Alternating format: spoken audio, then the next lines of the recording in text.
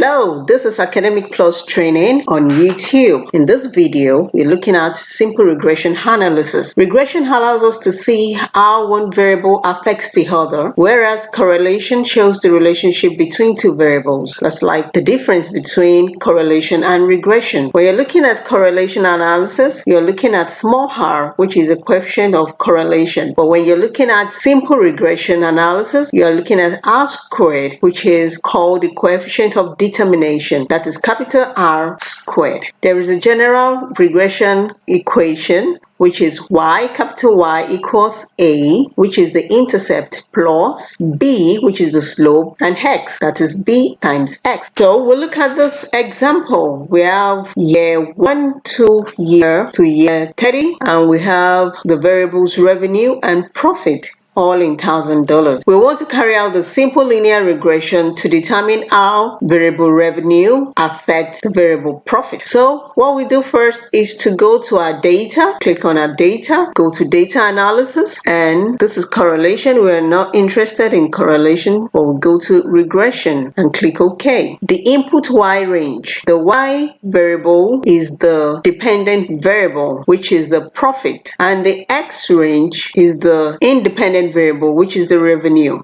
because revenue determines profit. We check the label, then we look for where we want the result to be.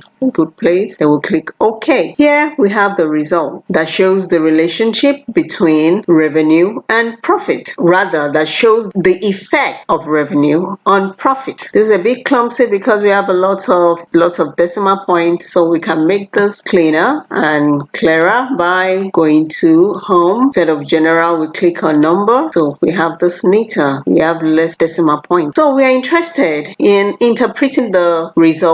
We are interested in the r squared. We are interested in the intercept, this coefficient column, which contains the intercept and the slope. We are interested in the f value and the significance. We are also interested in the p-value, so we'll try to keep it simple. We have the r squared of 0.93. In writing our model, we have the general representation of the model to be y equals a plus bx. Y signifies the dependent variable, a is the intercept, b is the slope, and x is the independent variable. Scenario, we have y to be the profit, standing as p. We have our a to be negative 6.04 plus, we have a b to be 0.40, and our x to be the revenue, which is r. The r squared is equals to 0.93.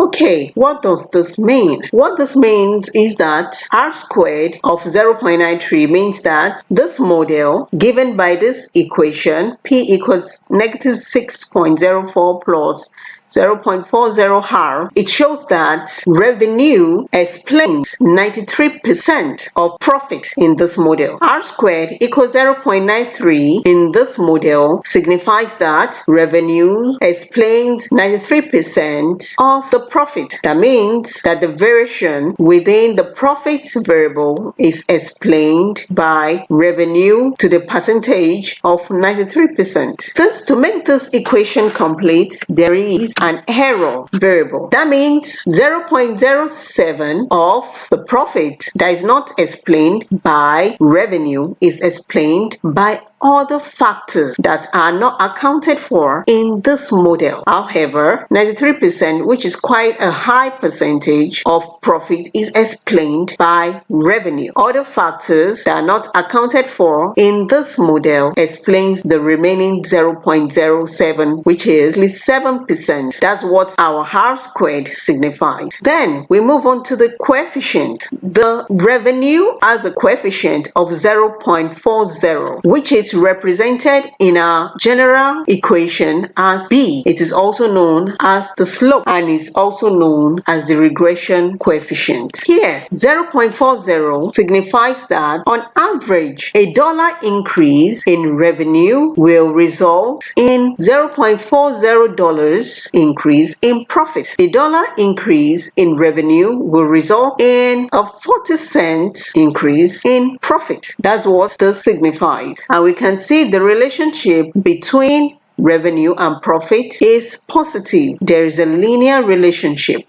That means as the revenue increases, the profit also increases. And for this regression coefficient, which is 0.4, to be found significant and meaningful, we have to take cognizance of the p-value. Here the p-value is 0.00. There is a given p-value of 0.05 that we usually compare these values under the p-value with. Here, the p-value for revenue is far lower than 0.05. This 0.00 p-value for revenue is far lower than 0.05, which shows that this coefficient 0.40, the regression coefficient, is significant, and we can interpret it as early dawn. We can say, what does the intercept, what does it mean? This is like the default value. It represents the profit made when there is no revenue. It represents the profit made when there is no revenue. It's not at every point in time that the intercept makes sense. Just like in this case, it's not possible to have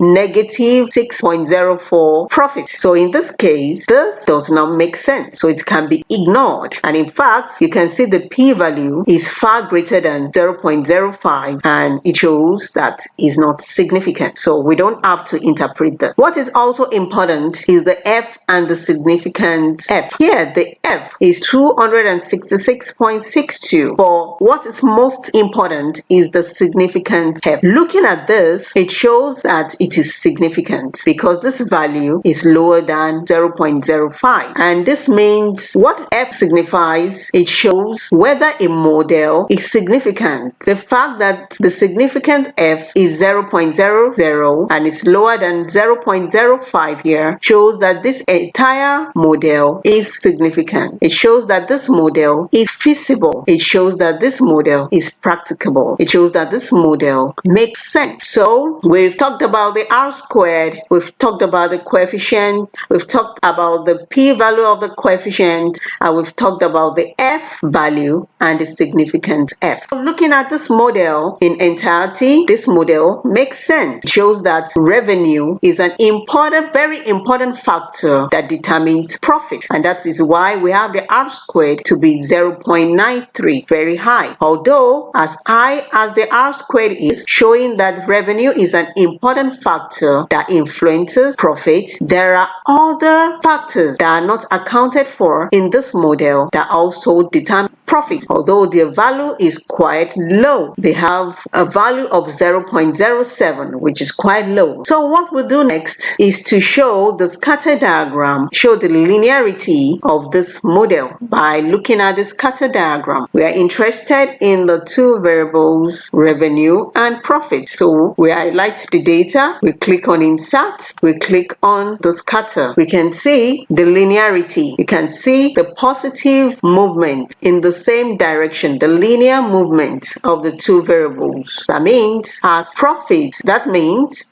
as revenue is increasing, profit also is increasing. So we have here, we can include the axis. This axis stands for the profit, which is the dependent variable. And we have here the revenue, which is the independent variable. It's the revenue that determines the profit. So we have that. So this has shown us the direction of the variables. So what else can we do? What we need to do next is to forecast for the remaining 9 years. You know, we have the revenue and the profit for the first 21 years. But how do we know the profit from the 22nd year to the 30th year, given the revenue? So given the revenue, how do we determine the profit for the 22nd year, the 23rd, 24th, 25th, up to the 30th year? So we want to carry out a forecast here, and we'll find this equation very useful. P equals negative 6.04 plus 0.40 R. This is our regression equation. So what we are saying is, given R, what is our P for the different year? Given R, what is our P for the 22nd year up to the 30th year? What we need to do is to use the Excel to forecast for the 23rd year, and based on the 23rd year, we can drag our mouse and determine for the other years. We are going to insert this formula P equals negative 6.04 plus 0.40R in the Excel equation bar. So we have the equal sign, negative 0.04 plus 0.40 with our given, that's times the R for the 22nd year, times R for the 22nd year. So what do we have? Click enter. So that means for the 22nd year, based on our regression equation, we've been able to generate the profit, which is now $73.16 thousand.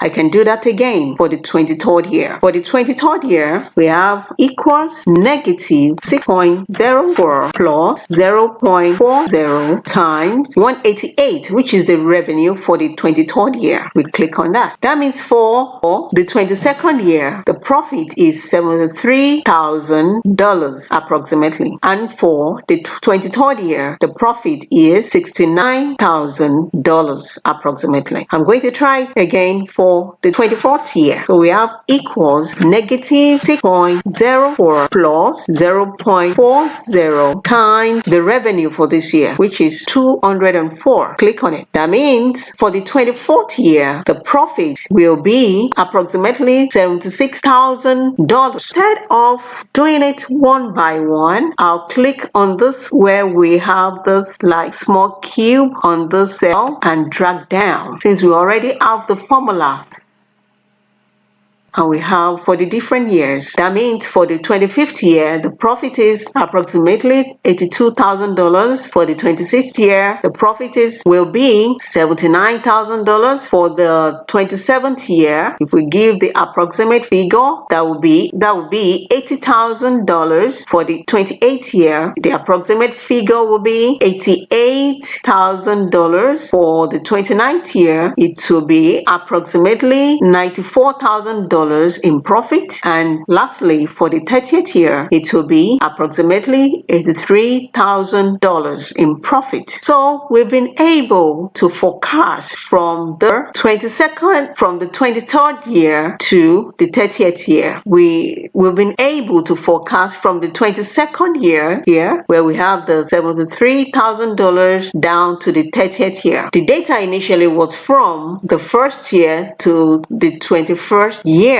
But right now, we've been able to forecast for the 22nd year down to the 30th year. Using the regression equation that we have here, P equals negative 6.04 plus 0.40R. So that's one of the advantages of regression analysis. Through regression analysis, you are able to make forecasts. The difference between the correlation analysis and the regression analysis I mentioned earlier in the video, the regression analysis helps to show the effect or how one variable affects the other. For example, here we've been able to show how revenue affects profit. That is, on average, a $1 increase in revenue will result in $0.40 increase in profit. And also, we've been able to show to what extent the revenue as a variable explains profit. This model has been able to show us that 93% of the variation in profit is explained by revenue, whereas the remaining 7% is explained by other factors that are not accounted for in this model. To learn more about the correlation analysis, please watch this video about how to carry out correlation analysis. If you're yet to subscribe to ACadeMiqPlus channel, please do. Do not forget to click on the notification button and the like button.